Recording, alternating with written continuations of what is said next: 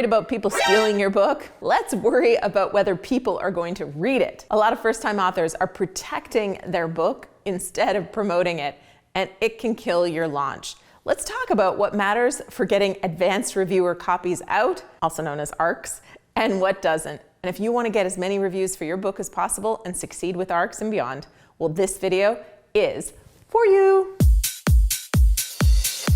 Hi, I'm Julie the Book Broad, founder of Book Launchers and your host here at booklaunchers.tv. Book Launchers is your first choice for all things related to writing, publishing, and promoting nonfiction books that build an empire. Now, most authors think ARCs are free copies. And yeah, they're not copies people buy, but ARCs are your momentum engine before launch. They're used to do really a few core things. Number one, get advanced excitement and blurbs, and this can be endorsements for your cover, for quotes for your media, editorial reviews, and even advanced copies to press and media to get exposure and interviews for launch. So that's one.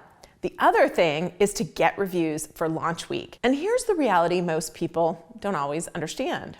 A book with reviews, endorsements, and people excited to tell others about the book that is coming out, they get visibility. And a book without those things, well, you've got an uphill battle after launch, and it is easier to disappear into the abyss of books. So ARCs, well, they're not optional if you want your book to get momentum into launch. Now, the next question is probably, how do I do it? Well, of course, you can send physical copies, but you may not have them yet. And of course, it's more costly to send a bunch of physical copies out. Generally speaking, you're sending ARCs before you have print proofs. We usually have our authors send them once they get the first draft of the book in layout. That's not the final version, but it's been through all the edits and it's looking pretty darn good. So it's a digital file that you're sharing. Now, this is where authors get stuck. They start worrying about piracy or sending a PDF that gets shared all over. People will say, well, what if somebody shares my PDF? What if it gets uploaded somewhere? What if someone steals it? Now, if somebody wants to steal your book, sorry, but they will. Whether it's the DRM system when you upload it, watermarks, whatever it is that you try to do to protect it, if somebody wants to steal it, they will. Now, here's another question I ask myself. What's more dangerous, someone sharing my book or no one reading it at all? So many first-time authors choose protection over distribution. Now, I don't want someone uploading my book and profiting off of it, especially if they publish it in inferior quality, which has happened to some authors, and that is crappy.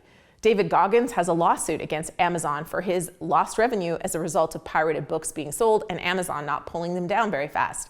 So I'm not dismissing this concern completely, but I'm also not David Goggins or J.K. Rowling, who have people buying books by the hundreds of thousands or millions. So my biggest challenge is really getting books into people's hands, and I care way more about getting readers than guarding files. Now that's me. You may have a different perspective, but for me, if somebody actually gets the file and reads it, they might become a subscriber.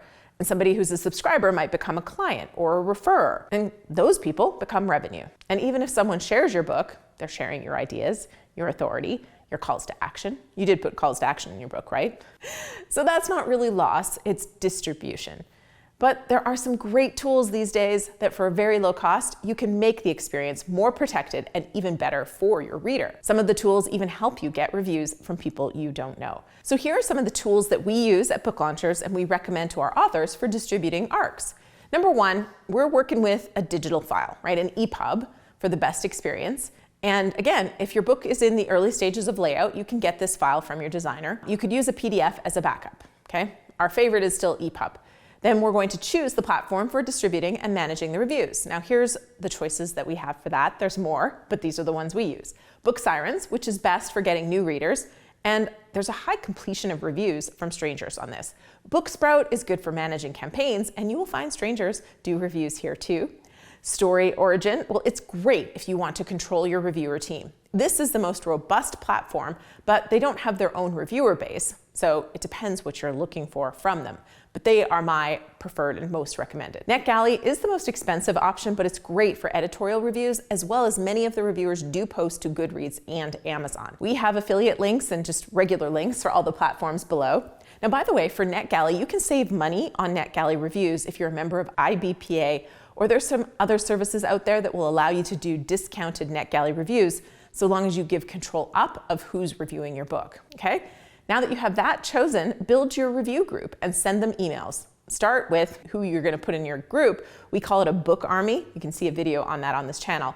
But your social audience, your email list, past clients, people that you know already like and support you, offer the opportunity to read your book in advance in exchange for them agreeing to post a review when it launches. We also have a chapter on it in Self-Publish and Succeed where you can check it out. Ultimately, you want to make it easy to say yes. Give them a clear deadline, simple instructions, direct links to review. The easier you make it, the more reviews you're likely to get. Now, here's my recommendation. Keep a spreadsheet of who was sent the book for review so you can remind them. I set them up in an email list in my email provider. I use Kit, but whatever system you use, I will tag them in my system as an ARC for the book so that I message them when it's 1 week out from launch day, and afterwards to remind them to get those reviews posted. Now, when to send ARCs? Well, for normal reviewers, like customer reviewers, send 2 to 4 weeks before launch.